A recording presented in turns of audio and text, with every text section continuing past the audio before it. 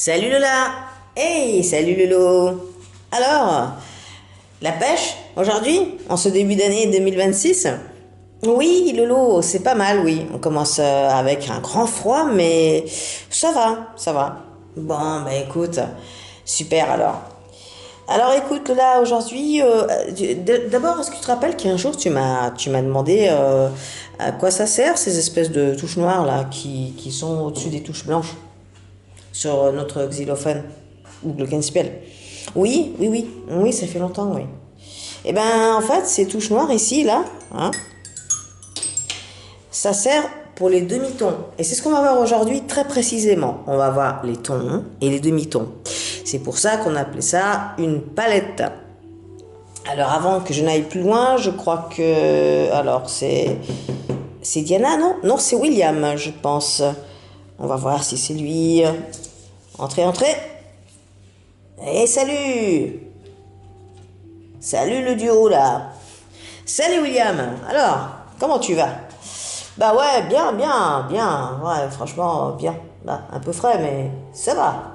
Bon, ici dans la petite mention, vous êtes bien quand même, bien au chaud. Ouais. Alors, donc, dit Lolo, euh, dit Lolo, voilà. Écoute, William, c'est ce que j'expliquais à Lola. Hein. C'est qu'aujourd'hui, vous allez voir avec cette fois-ci, aujourd'hui, exceptionnellement, Didou. Didou, dit Lola. Mais où est passée Diana? Alors, Lolo répond, bah, Diana, en fait, aujourd'hui, elle doit s'occuper d'autres stagiaires. Donc, elle a pas mal de boulot et elle pourra pas être là, mais Didou va assurer pour aujourd'hui. Il n'y a pas de problème pour ça. Bon, bah ok. Bah, ce sera Didou pour aujourd'hui, hein? Et puis, pour l'autre prochaine fois, ça sera de nouveau avec Diana. Vous inquiétez pas. Ah, ok, ouais. Mais elle est tellement sympa, elle est tellement rigolote. Oui, c'est vrai. C'est vrai, dit Lolo. Eh oui. Donc aujourd'hui, il va nous manquer, dit Lola. Oui, mais Didou, il est pas mal, hein? Dit William, oui. Enfin, moi, je le connais pas encore, mais. Oh, tu vas le connaître. Allez, ben. On y va. Enfin, on va attendre Didou. Et puis on va attaquer tout ça. Qu'en pensez-vous? Bah tiens, on frappe. Et Lolo, moi je vais partir, hein? Allez, ciao, ciao. Hop, je vais croiser Didou. Eh, salut Didou, rentre. Bon, on va se pousser, hein? Qu'en penses-tu, Lola? Ah oui, tu viens à mes côtés, toi. Salut. Hey. Salut, dit Lola. Alors, Didou? Ben, moi, ça va. Content de te revoir, finalement. Alors, toi, ça doit être William, je pense. Oui, c'est ça. Moi, je suis... C'est ça, c'est William. Bon, ben, très bien. Alors, on va attaquer aujourd'hui, hein, comme on a dû vous expliquer justement Lolo. Les tons, la palette des tons. Mais, dit Lola, pourquoi appelle-t-on ça la palette? On n'est pas en peinture, là. Non, nous ne sommes pas en peinture, effectivement, mais comme on parle de tonalité, on parle de manière abstraite de couleurs en musique. Eh bien, on compare assez souvent les musiciens avec les peintres. Ah oui, oui. Donc ça veut dire que les peintres, eux, ils se servent de différentes tonalités de couleurs pour donner quoi? Pour donner vie. Ils font des nuances, etc. Alors que les musiciens, eux, eh bien, ils doivent se servir de certains éléments pour donner justement plus de vie, plus de relief à la musique. Et c'est ce que nous allons voir aujourd'hui ensemble. Mhm. Alors, pour donner plus de relief, aujourd'hui, on va parler des petits éléments, en fait, qui s'appellent des dièses et des bémols et également des bécarres. Ah oui. Alors, on va tout de suite voir ça. Le dièse, c'est cette forme-là. Le dièse, c'est ça. Le dièse, ça permet d'augmenter d'un demi-ton. On va voir ça tout de suite. Par contre, pour baisser ensuite d'un demi-ton, donc on va se servir de ce qu'on appelle des bémols en forme de petit b. Bémol. Vous voyez, c'est un bémol. Mais voilà, si ensuite, c'est comme quand on écrit aussi, admettons qu'on écrive quelque chose, une poésie ou quoi que ce soit au crayon à papier. Hop, ben on s'est trompé ou on veut rectifier plutôt quelque chose. Alors on va se servir d'une gomme et là en musique on va se servir de ce qu'on appelle un bécard. Un bécard, dit Lola. Oui, ça me dit quelque chose. Alors un bécard, oui, effectivement, Lola, c'est ça. Un bécard, c'est ce petit signe-là. C'est presque comme un dièse. Mais c'est différent. Là, les petites barres, là, au commencement et à la fin. Et ça permet d'annuler. Les dièses, par exemple. Ok? Alors, on va voir tout de suite, hein. Qu'est-ce que ça donne, hein? Sur le clavier, justement. Et sur le clavier, alors ce petit xylophone, il démarre de ce qu'on appelle le sol grave, complètement à gauche. Alors, il faudrait visualiser comme ça. Complètement à gauche, ici. Mais nous, ce qui nous intéresse, c'est de démarrer au Do. Alors, ce qu'on va faire, pour y voir un peu plus clair, c'est qu'on va cadrer jusqu'au Do. Hein, et on va voir si, justement, on a tout. Alors, si on va jusque-là, impeccable, on a tout. Inclus les demi-tons. Alors déjà, commençons par les tons. Alors, William est là. Alors, William dit oui, bah, les tons, il n'y a rien de particulier. C'est par exemple de Do à Ré, un ton. Par contre, Mi, Fa, il y a un demi-ton naturel. Sol, La, un ton. Si, Do, eh bien c'est un demi-ton naturel aussi. On ne va pas se servir du dièse pour élever puisque ce sont des demi-tons, ce qu'on appelle naturels. Ensuite, eh bien, pour monter l'échelle, on va se servir, si on veut monter par demi-ton, on va se servir du dièse. Et donc, alors, rien de particulier au niveau des noms. C'est-à-dire que si on monte avec les dièses, ça va être Do, Do dièse, Ré, Ré dièse, etc. Mais pour redescendre, ça va être une autre histoire. Puisque on a dit tout à l'heure que pour baisser d'un demi-ton, donc ensuite pour descendre l'escalier, on va se servir du bémol.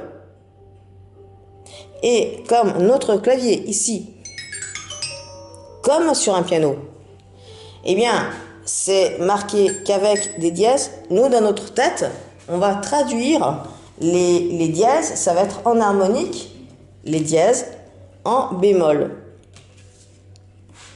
Exactement comme sur un piano. Là, on voit pas bien. Voilà. On va voir directement sur le clavier. D'accord? Alors, par exemple, on a dit, pour monter, rien de particulier au niveau des noms, puisque c'est marqué les dièses. C'est même gravé. Hein?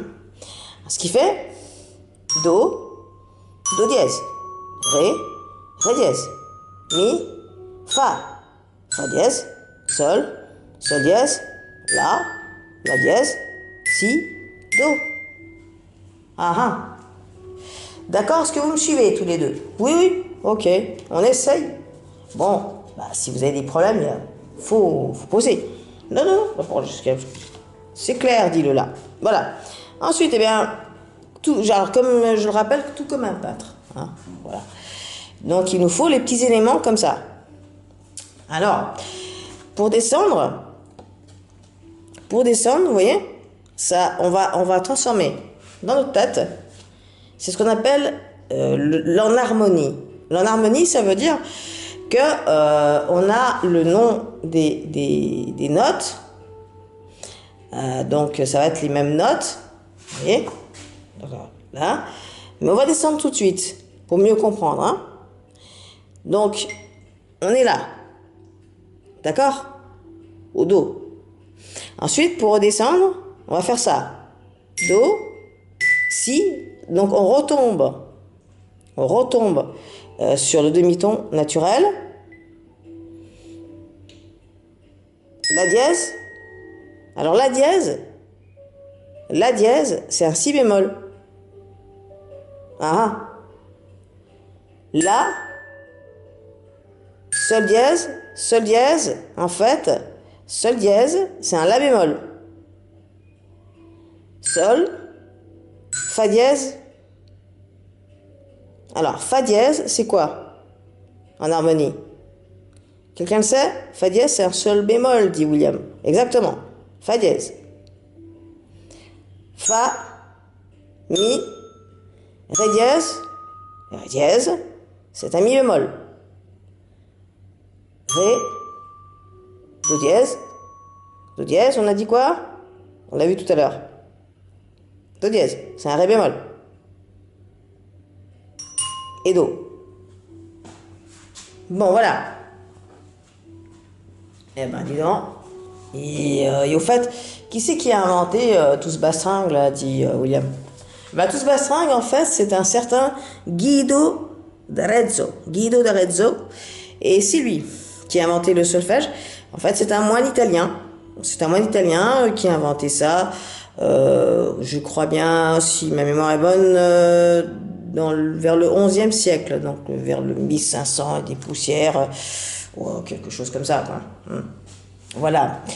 Et enfin, alors je ne sais pas si vous vous rappelez tous les deux, mais alors pour faire la suite, après, ce qu'il faudra, c'est bien mémoriser aussi. Donc, alors, le glockenspiel, en fait, il a une notation. Ça, c'est le solfège, ce qu'on appelle le solfège anglais. Et eux, ils se servent de ces lettres-là. Et le A, c'est le La. Le B, le La dit. Ah, c'est moi. Ah ouais, c'est un jeu de mots. B, d'accord? Si. C, Do. D, Ré. E, Mi. F, Fa. G, Sol. Et voyez donc, dit Lola.